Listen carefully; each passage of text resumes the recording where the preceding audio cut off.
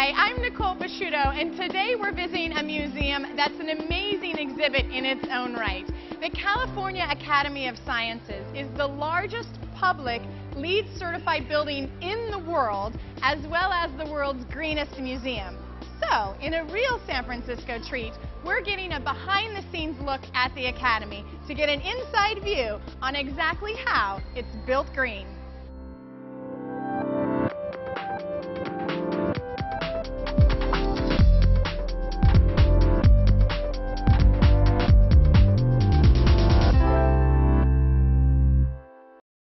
After completing a $488 million reconstruction and renovation project, the Academy reopened in Golden Gate Park, San Francisco in September of 2008.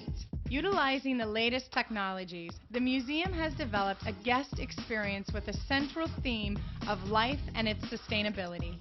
We not only try and get people excited about science and teach them about science, but we also want to teach them about the importance of the natural world and the connection between the health of the natural world and the health of humanity. So we're trying to establish that connection there, and we try and operate in a sustainable manner here, as green as possible here. And we also try and use that example that we set to help inspire and empower other individuals and other organizations to act in a similar manner. Topped by a 2.5-acre living roof that absorbs about 98% of the rainwater, the roof will prevent up to 3.6 million gallons of runoff from carrying pollutants into the ecosystem each year. The Academy sits under a living roof, which contains over 1.7 million plants and provides insulation and natural cooling for the building. This living roof system absorbs 98% of the water that falls from the sky. What that does is it prevents it from turning into polluted runoff, running down into the city, picking up all the gunk that's in the city streets, and then flowing out into the bay or into the water system. So what we do here is we capture most of the water that comes from the sky and prevent it from turning into polluted runoff. This is the Rainforest Dome, and behind us there is the Planetarium Dome. You'll see there's two equal-sized domes on the roof. These domes are actually a really important part of the passive cooling system for the building as well. Cold air sweeps across the roof, and actually it goes across these domes on the hills here and channels down into the piazza, which is right behind us. And although the piazza looks like it's closed from the outside elements, there's actually a perimeter gap all the way around it. It was designed purposely to be an outdoor space. So the cold air sinks into the piazza because cold air sinks, and then we have windows at the base of the piazza which we can open up. That sucks out the cold air into the building's interior spaces and provides passive air conditioning.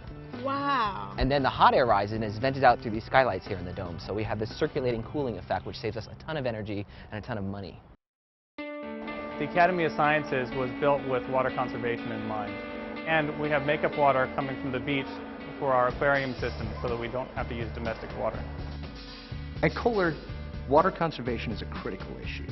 And we're really focused on creating education and awareness to consumers about the benefits of saving water and how they can do that.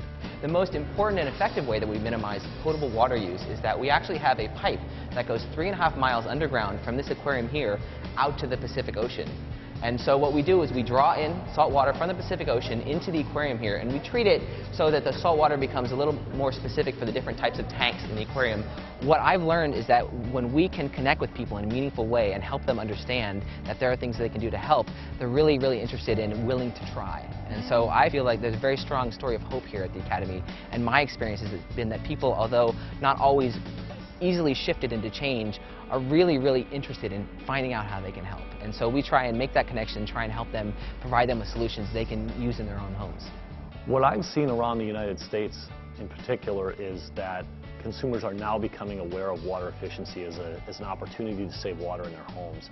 I think what we've really looked at is getting them a real understanding of how much they can save, and once they see that, they get excited about it.